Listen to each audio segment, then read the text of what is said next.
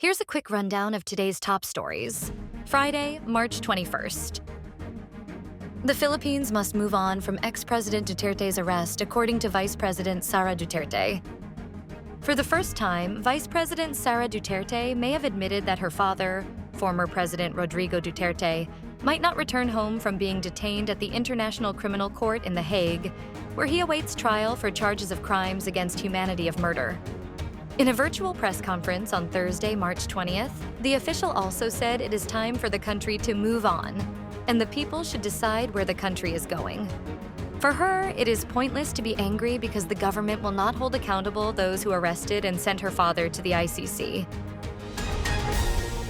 Roque is no longer in The Hague, and his asylum process has started. Former presidential spokesman Roque said he had already left The Hague, the Netherlands, as he starts his asylum process. In a Facebook Live video, Roque said he was awaiting his first interview at a facility more than 4 hours by train from The Hague.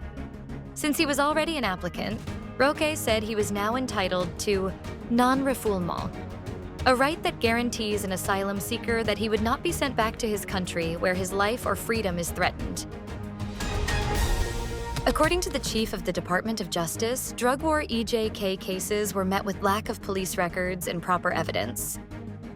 Investigating alleged extrajudicial killings that occurred during the controversial drug war of former President Rodrigo Duterte, according to Department of Justice Secretary Jesus Crispin Remulla, was met with difficulty due to a lack of pertinent records and necessary evidence. In the hearing of the Senate Committee on Foreign Relations on Thursday, March 20th, Remulla said that EJK victims were compelled to file cases before the International Criminal Court since they failed to get justice in Philippine courts. Remulla said this after Senator Amy Marcos expressed concern that the families of the victims of the so-called EJK were compelled to file lawsuits abroad due to the failure of the local justice system, and that the courts are no longer functioning.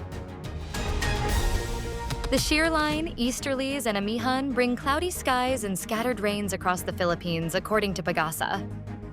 The Philippine Atmospheric, Geophysical, and Astronomical Services Administration on Friday, March 21st, said cloudy skies and scattered rains continue to affect various parts of the country due to the combined effects of the shear line, easterlies, and the northeast monsoon, or amihan.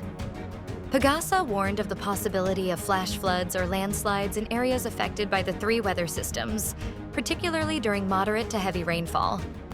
Meanwhile, fair weather conditions prevail in the rest of the country, with partly cloudy to cloudy skies and isolated rain showers due to the amihan or easterlies. Strikes in Gaza kill 85 overnight, bringing the number of deaths to nearly 600. Local health officials said Israeli strikes killed at least 85 Palestinians across the Gaza Strip overnight and into Thursday, bringing the total to nearly 600 killed since Israel shattered a truce that had facilitated the release of more than 24 hostages and brought relative calm since late January.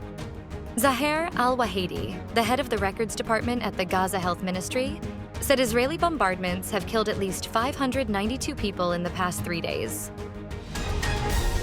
Stay updated with the latest news. Visit our website at www.mb.com.ph